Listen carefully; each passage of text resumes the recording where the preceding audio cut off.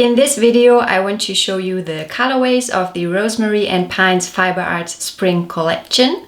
And I also want to talk about how I created these different colorways and which natural dyes I used. So whether you like to use hand-dyed yarns, be it for knitting, crochet, or whatever fiber craft you are into, or if you are a natural yarn dyer yourself, there's going to be something for everyone in this video.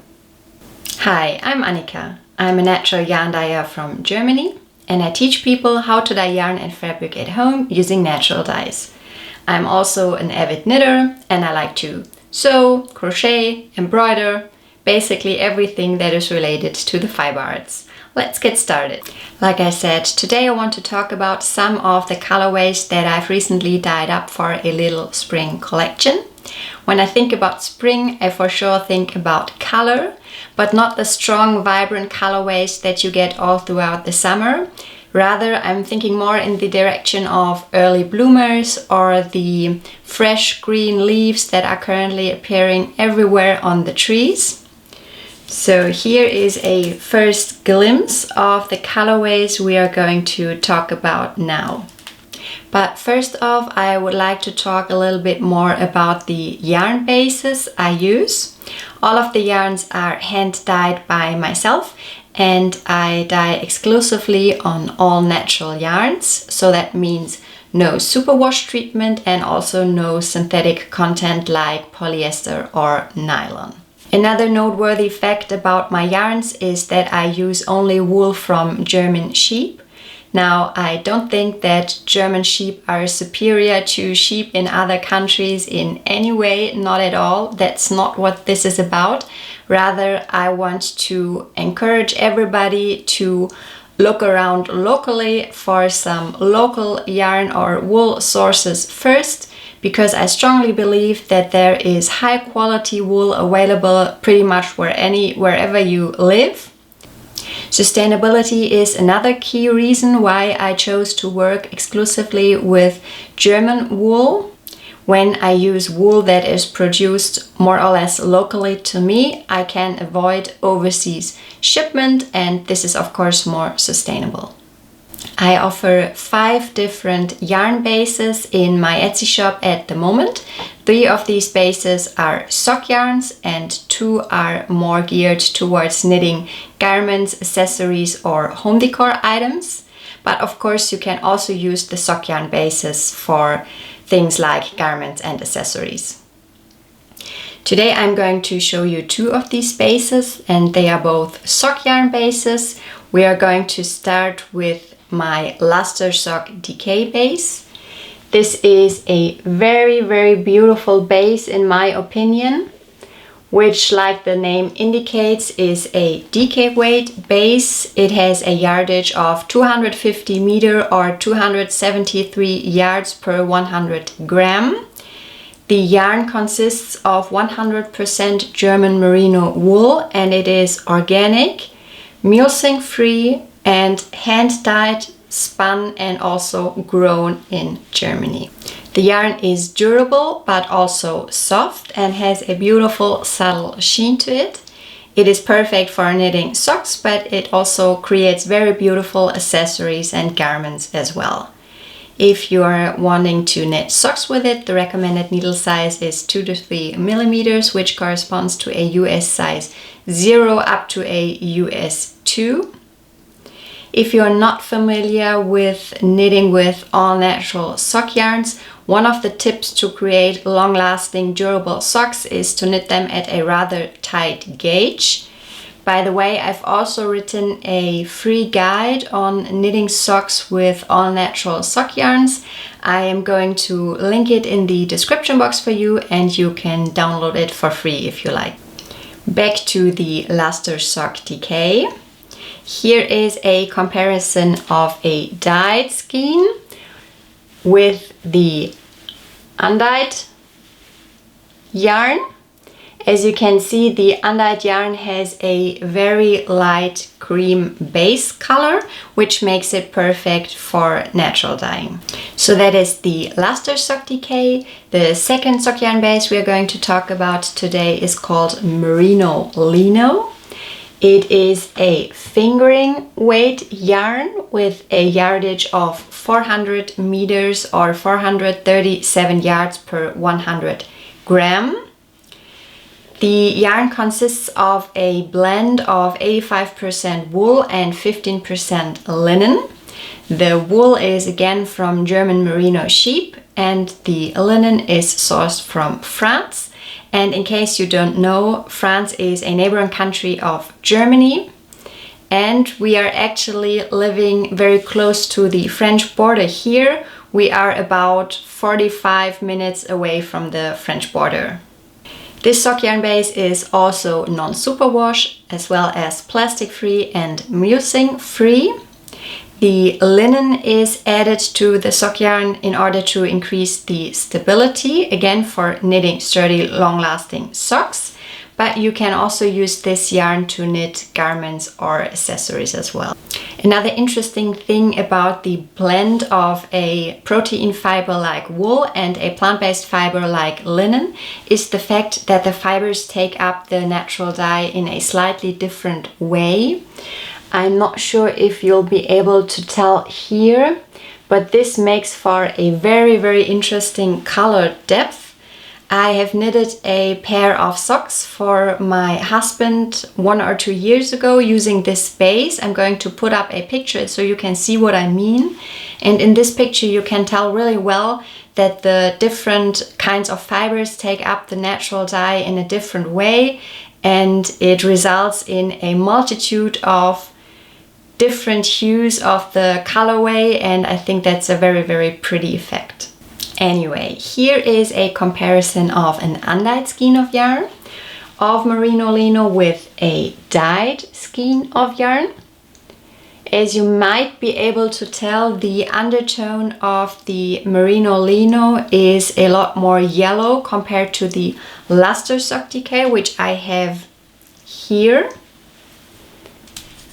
So of course this also means that the colors come up slightly different when I dye on the Merino Lino compared to the luster sock decay. In general, the color of the undyed color of the yarn base you are using makes a huge difference for natural dyeing. I have this gray Marled yarn as well. This is also Merino Lino in an undyed shade of gray, and as you can imagine, the yarns are going to look quite different when I use the same natural dye to dye both of these skeins. So that's always something you have to take into consideration when you are natural dyeing. Now let's finally have a look at the spring collection, shall we? Here they are. Let's start with the pink yarns. I really like these dusty shades of pinks and I dye them quite often. The variegated pink skein is called Tulip Angelique and the solid pink skein is called Ballerina. I have dyed both of these yarns using avocados. To create these colorways, I've used both the pits and the skins. If you are interested in more detail about natural dyeing with avocados, I have written a blog post that I'm going to link for you. When it comes to avocados, you are not required to use a mordant because avocados are rich in tannins and tannins are kind of natural mordants. That means if you dye with avocados, you can omit the mordanting step if you like. And there's also something important to be aware of. If you decide for whatever reason to mordant the yarn anyway before natural dyeing, the colorway is going to come out more apricot and less dusty pink. This is a skein that I pre-mordanted with aluminium triformate. And this is a skein that has not been mordanted. And let's have another closer look. I hope you can tell the variegated skein is more in the dusty pink direction and the solid skein is a little bit more apricot. Next up is this light yellow colorway. I am not sure if you'll be able to tell, but it is also a variegated yarn with deeper and a little bit lighter shades of yellow and also of the undyed colorway all throughout the skein. This colorway was dyed with Weld, and it is called, did I say that? It is called Soft Citrus. Let's move on to another variegated skein, this time in the Luster Sock Decay base. This colorway is called Vanilla and Nettles, and it contains a variegation of this soft buttery yellow and a light sagey green all throughout the skeins. This skein was dyed with a dye plant that grows locally to me, and it is also a wild plant. Some people consider it a weed, but I like it for a number of different reasons. It is the perfect time of year to dye with this dye stuff because the shoots are coming up fresh right now. I am talking about Nettles. Now you can create a variegated colorway like this in 2 steps. In the first step, if you do like the general natural dyeing procedure, you're going to get a shade of yellow. And you can create these sagey greens from Nettles when you modify the dyed skein afterwards with iron or ferrous sulfate. Now, if you want to know more about this, I have also 2 blog posts on my website. One is about dyeing with Nettles and the other one is about modifying yarn colorways with iron or ferrous sulfate, and I'm going to link both of these in the description box for you. The next colorway I want to show you is this beautiful light green. It is called Growth because the color reminds me of the fresh looking leaves on the trees right now. It is a bit hard to describe, but it is a yarn that has lots of different shades in it. I can see some light green, but also some yellow and even a hint of blue or turquoise. I hope the camera is going to pick it up. So this skein looks a little bit smaller than the others because it is only 90 grams, but I think you could make, for example, a beautiful pair of socks out of it if you used a contrasting mini skein for the cuffs, heels and toes. In my Etsy shop, I always have a section with a number of different weights of mini skeins, so you can mix and match however you like. This yarn was a little bit more elaborate to create. In the first step, I dyed the whole skein with goldenrod, and in the second step, I made up an indigo vat, and I dyed part of the skein with the indigo. So the yellow of the goldenrod and the blue of the indigo created this beautiful green colorway. As you just saw, I have used different effects to create these different colorways.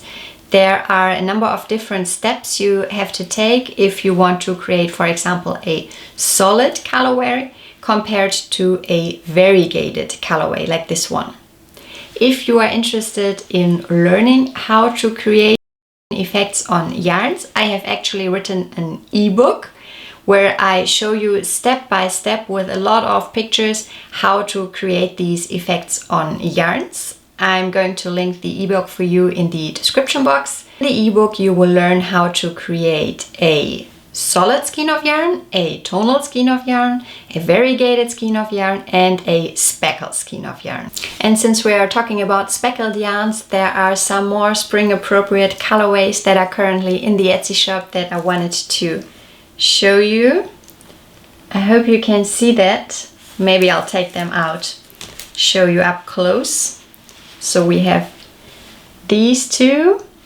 So this is one of my all-time favorites and it is called Afterglow, and this is Marled Rose Garden.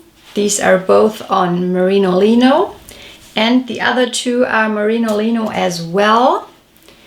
We have Johnny Jump up here and this is Rose Campion. All of the yarns I just showed you are now available in my Etsy shop.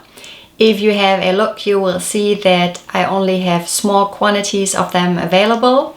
I only dye my yarns in very small batches, so that's why I usually don't have a large stock.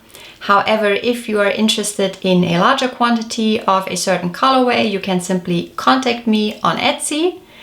I also make custom orders. For example, here is a picture of some rosemary dyed yarn that I just finished for a dear customer. So that's totally possible as well. Anyway, that's it for today. I hope this video was interesting and helpful for you. Thank you so much for watching. See you next time and happy making. Bye guys!